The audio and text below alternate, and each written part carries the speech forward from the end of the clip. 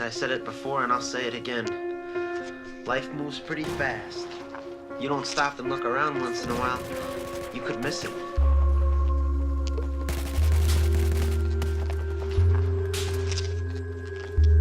Hey guys, what's going on? It's Sam, and today I have some really cool information surrounding Naval Strike DLC for Battlefield 4. As it's only around a month away, I believe that it will be released for premium users on the 18th of March, and then 2 weeks later, of course, for the standard Battlefield 4 users.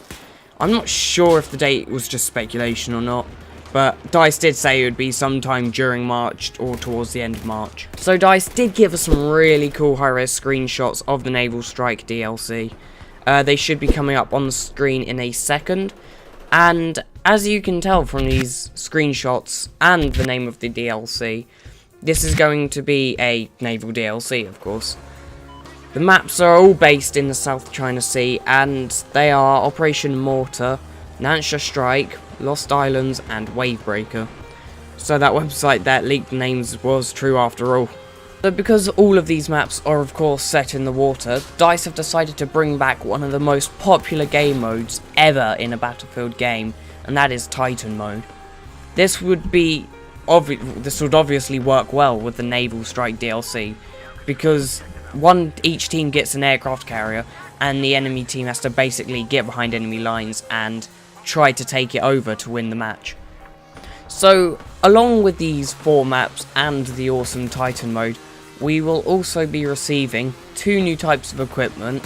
One of them is the anti-heli mine, and the other is the triple noob tube. Oh yeah, which sounds kinda cool. I can't wait to use it, but I'm not too happy about the anti-heli mines, as they sound like they're going to be a bit OP, and I think there's going to be something wrong with them where they can take out helicopters at like ridiculous heights. Hopefully that's not the case, but you can never be too assumptive. But what I basically mean is that you can't just assume something is going to be overpowered before you have actually used it yourself. And once again, we're also going to be receiving a new vehicle, and in this DLC that vehicle is going to be the hovercraft, which looks pretty awesome from the screenshots.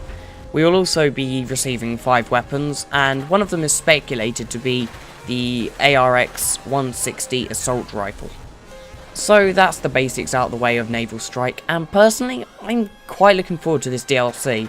Even though I don't really play in a boat much, I still really enjoy it, and mainly on Parasol Storm because there aren't really any other maps for proper naval combat, and that's why I think that this DLC is gonna be really popular, much like Second Assault was, except for different reasons, of course. But my problem is with this DLC that it isn't really geared towards one section of the Battlefield community who don't really like playing in boats, but prefer to run around as infantry, to be in tanks and stuff like that. DICE did this in BF3 with the Armored Kill DLC. It was sort of the same thing, except that was more geared towards the players who like to play in tanks and other armoured vehicles. Except in that DLC there was a lot more infantry options or capabilities.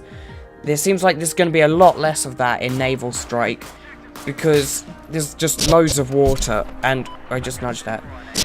And in Armored Kill, there was still you could still run around with your assault rifle out, but you can't do that in Naval Strike as much, because half the time, if you want to be an infantry soldier, you're pretty much going to be swimming along.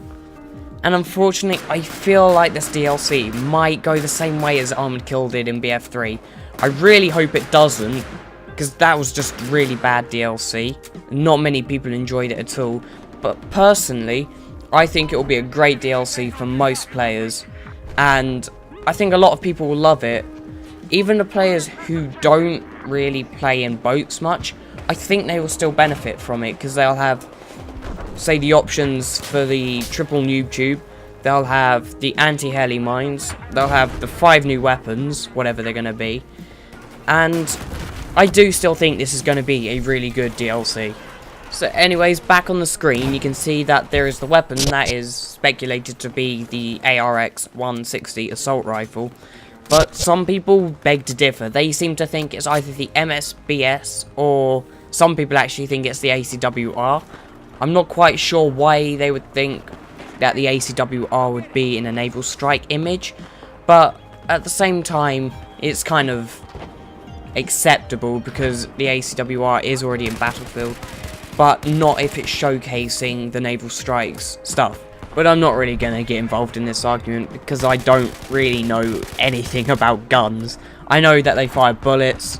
Some of them I think are gas powered and they have sights and they're made of metal and stuff like that. I really don't know much about guns at all. There also does seem to be a collapsible stock on this gun. As Wesley said in his video, it'd be cool if if you can collapse the stock, if it would change the stats of the weapon, which could make it so it's good at close range and medium range. I think that'd be really cool. And also, if for this benefit of being good at close range and medium range, I think it should take up one of the slots, such as the 2x magnifier slot, something like that. That's pretty useless because that thing doesn't actually magnify. I found it kind of demagnifies the sights for you generally.